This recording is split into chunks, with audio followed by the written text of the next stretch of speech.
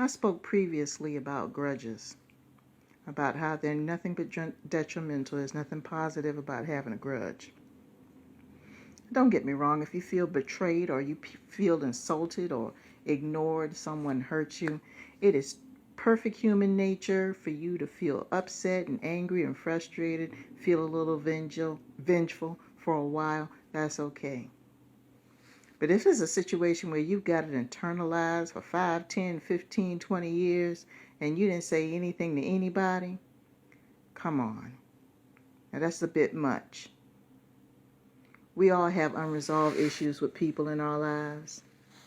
And it could be numerous reasons for that. The number one reason is a communication breakdown. You're not able to talk to each other like people.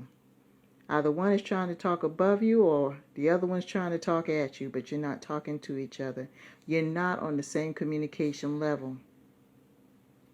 Either one or both of you are not approachable, or either one or both of you are very narrow-minded.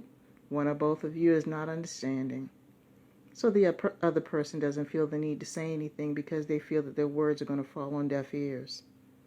It's happened to the best of us. It's understandable. It's a situation where it's a grudge where you can't even go on with the rest of your life. That's a problem. You got to handle it sometime at some point. But when you do address a grudge, be rational and use common sense, because you have to remember this is another person. You don't know what their point of view is. You don't know what their mentality is. You don't even know what kind of day they're having. And I mentioned before about negative energy. If you put out negative energy, you're going to get negative energy back. The other person may not even know they even did anything wrong.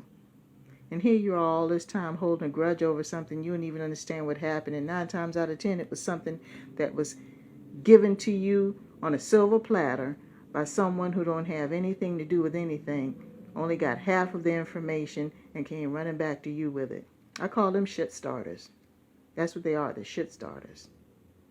You know that type of person. The person's always in the middle of every single argument, passing information back and forth. They get off on that. They get off on the confusion. Anyway, you do have a grudge against someone and you want to have that person in your life. You need to have a sit down. And don't put it where you're the victim. Please don't. Because you don't know how intelligent that other person is. They're going to see that as negative energy and they're still going to feel bad for something that they didn't think it was a big deal or they were unaware of that they did to you, if they did it. They're figuring that you're attacking them.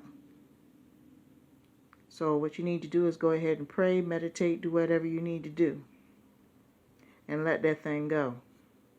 Because there's certain things you might want in your life and your Creator's not going to bless you until you get this mess out of your system. And that's all it is mess. Just saying.